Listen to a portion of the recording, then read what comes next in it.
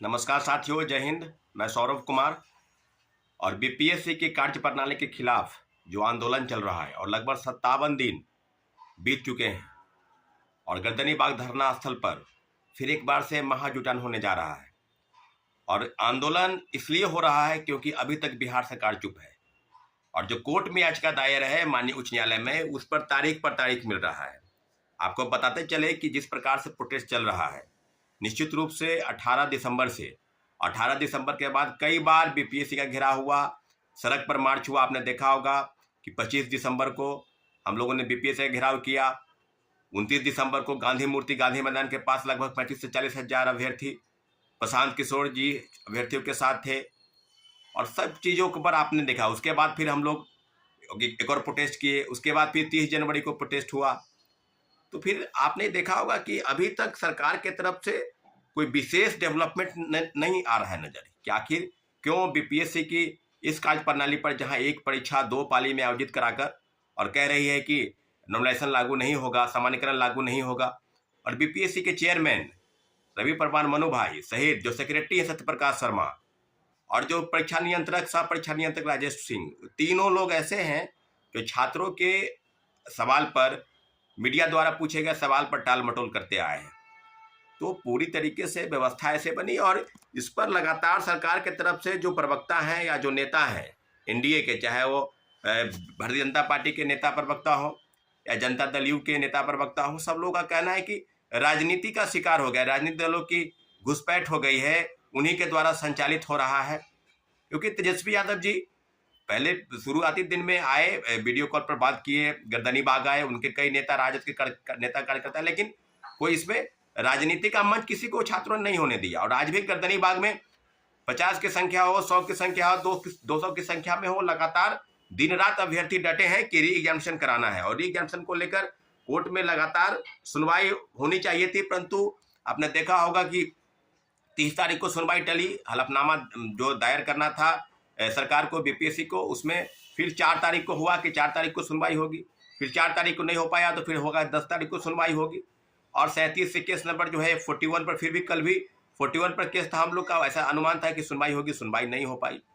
तो आपने देखा होगा कि जिस प्रकार से टाल मटोल चल रहा है लगातार सरकार की तरफ से, व्यवस्था की तरफ से। और जिस डेवलपमेंट की हम लोग बात कर रहे हैं वो है कि एक बहुत बड़ा महाजुटान फिर से सारे अभ्यर्थियों को, सिर्फ बीपीएससी दोबारा परीक्षा कराने को लेकर नहीं है, सारे परीक्षार्थी, चाहे वो रेलवे की तैयारी कर रहे हों, चाहे वो बैंकिंग की तैयारी कर रहे हों, चाहे एसएससी की तैयारी कर रहे हों, और सभी लोगों से लगातार आग्रह किया जा रहा है कि आप एक बार फिर से गर्दनी बाग धरना स्थल आइए।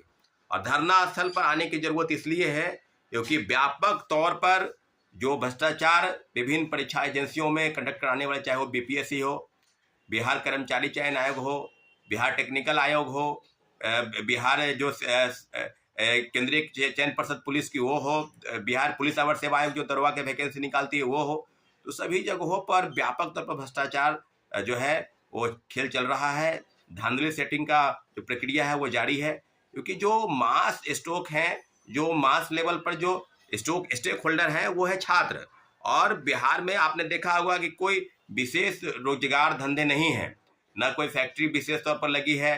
तो जो पैसे के उगाही है वो कोचिंग इंस्टीट्यूट, कोचिंग माफिया, शिक्षा माफिया, पेपर लीक कराकर, इस प्रकार से, क्योंकि चुनाव में बहुत बड़े पैमाने पर पैसे की जरूरत होती है, तो कुल मिलाकर जो पैसे हैं वो कुल यही इन्हीं सब चीज़ों से धन उगाही की जाती है ताकि व्यापक रूप से उसमें खर्च किया जा सके। और पूरी तरीके से अभी भी कई परीक्षाओं के पेपर लीक हुए, सरगनाओं की गिरफ्तारी नहीं हुई। और कई आपने देखा होगा कि इसके पहले बीपीएससी के रंजीत रजक जो डीएसपी बना, सिपाही से डीएसपी बना, उसके खिलाफ में चार्जशीट दाखिल करने में आर्थिक अपराध इकाई कोर्ट में दाखिल नहीं कर पाई। तो आप समझ सकते हैं कि कितने लोग हैं। संजीव मुखिया की अभी तक गिरफ्तारी नहीं हुई, किंग की। तो संजीव मुखिया का भी, कई मुखिया है, कई परीक्षाओं में धांधली सेटिंग करने वाले लोग हैं यहाँ पर। और जिस प्रकार से लाठीचार्ज हो रहा है इस प्रदेश में, जहाँ लोकतंत्र की बात की जा रही है कि लोकतंत्र है, सुशासन की सरकार है, लगातार मुख्यमंत्री जी प्रगति यात्रा पर विभिन्न जिलों के दौरे कर रहे हैं, तो फिर युवाओं को आप नाराज करके प्रगति नहीं कर सकते हैं। इसलिए आप जान लीजिए कि जो चीज़ें हो रही है, और तेजस्वी यादव से अभी आग्रह किया जा रहा है छात्र अभ्यर्थियों का कि आप आए थे ठीक है, लेकिन अब आपको आने की जरूरत नहीं है गर्दनी बाग, क्योंकि आप अभ्यर्थी समझ गए हैं कि आप क्या करना चाहते हैं। बात करते हैं बिहार फर्स्ट, बिहारी फर्स्ट की बात करने वाले चिराग पासवान कभी गर्दनी बग नहीं आए, बस मीडिया में सिर्फ बाइट देते रहे। आपसे अभ्यर्थी मिलने गए थे कि आप बात करें, मुख्यमंत्री जी से बात करें, आप कैबिनेट मंत्री हैं, लेकिन आप स्विट्जरलैंड की यात्रा कर रहे हैं। तो आप समझ लीजिए कि किस प्रकार से व्यवस्था बनी है।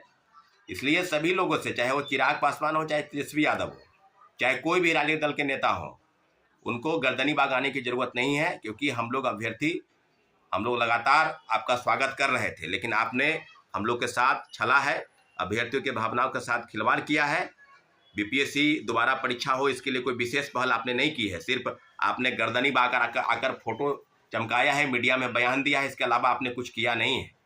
इसलिए सारे अभ्यर्थियों के तरफ से इन नेताओं को गर्दनी बाग धरना स्थल से दूर रखना। अगर आपको इतना ही अभ्यर्थियों का आपको हक है, दिलाना है, तो आप विधायक के साथ आप विधानसभा में इस प्रश्न को उठाएं, आप बीपीएससी का घेराव करें, आप कहीं धरने पर बैठें, गर्दनी बाग में ही कहीं अलग धरने पर आप बैठें। लेकिन आपको ये करना नहीं है, क्योंकि आपको वोट चाहिए, आपको दिखावा चाहिए, आपको वो स्टंट पॉलिटिक्स है वो चाहिए। तो इन सब चीज़ों से अभ्यर्थियों ने सलाह दी रखी है कि आप इन सब चीज़ों से दूर रहें।